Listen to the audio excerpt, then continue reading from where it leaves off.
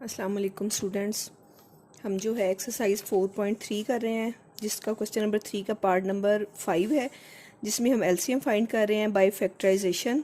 अब हम बेटे सबसे पहले जो है आपके पास ये 3 टर्म्स हैं, इन 3 टर्म्स की हम फैक्टराइजेशन करेंगे।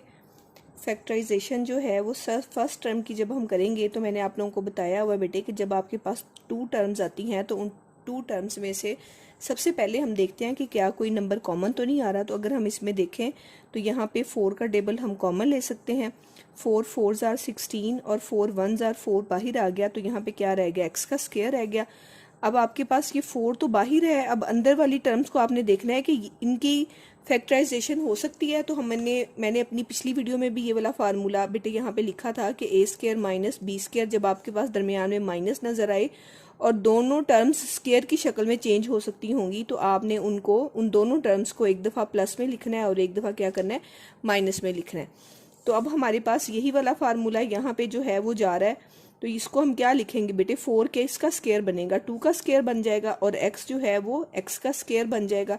हम इसको क्या करेंगे, एक दफ़ा 2 प्लस एक्स में चेंज कर देंगे और एक दफ़ा हम इसको क्या कर देंगे, 2 माइनस एक्स में चेंज कर देंगे। ये आपके पास फर्स्ट टर्म की फैक्टराइजेशन होगी। नेक्स्ट जो है वो हमारे पास 3 रकमें हो गई हैं। जब आपके पास 3 टर्म्स होती हैं तो उसकी फैक्टराइजेशन जो है आपको पता है हम कैसे करते हैं कि लास्ट वाले एक्सप्रेशन को फर्स्ट एक्सप्रेशन के साथ कोफिशिएंट के साथ मल्टीप्लाई करते हैं। जब हम क्या करेंगे, -6 को 1 के साथ मल्टीप्लाई करेंगे तो -6 आ जाएगा।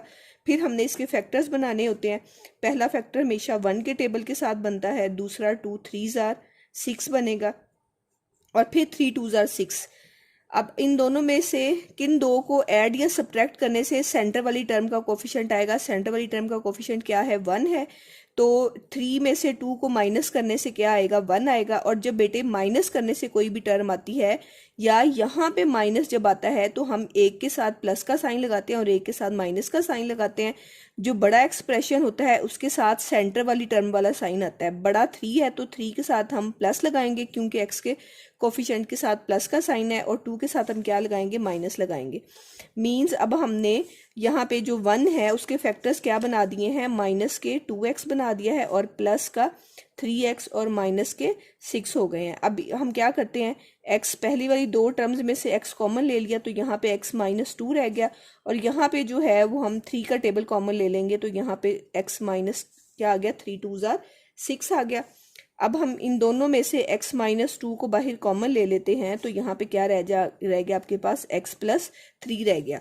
बेटे यहाँ पे अगर आप देखें तो ऊपर वाली टर्म और नीचे वाली टर्म में ये चीज़ें कॉमन तो आ रही हैं क्योंकि हमने